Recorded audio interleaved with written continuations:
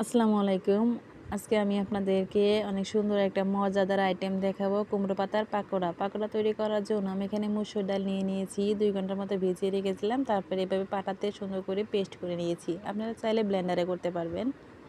এখানে আমি দিয়েছি হলুদের গুঁড়া, মরিচের গুঁড়া, পরিমাণ মতো লবণ আর দিয়েছি চালের গুঁড়া আর সামান্য পরিমাণে বেসন, আদা রসুন বাটা সামান্য। তারপর পাতাগুলো, কুমড়ো পাতাগুলো ধুয়ে পরিষ্কার করে নিয়ে ছেঁকে রেখে দিয়েছিলাম। পাটার ওপর এভাবে পাতাগুলো রেখে এই বাটারটা সুন্দর করে মেখে নিচ্ছি। তারপরে এই পাশ ওপাশ ভাঁজ করে প্রত্যেক পাশেই বাটারটা মেখে নিতে হবে।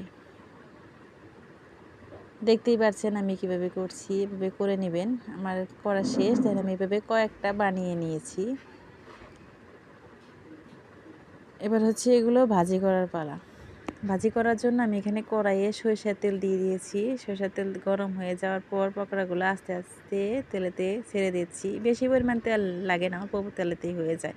আপনি এটি চুলায় ভাজি করার সময় লো আছে ভাজি করবেন, তাহলে একটু মুচমুচে হবে, কালারটা সুন্দর আসবে। দেখেন কত সুন্দর এটি কালার হয়েছে এবং খেতে কিন্তু অনেক মজা হয়েছে। আপনারা এভাবে গরম ভাতের সাথে খেতে পারেন বা বিকালে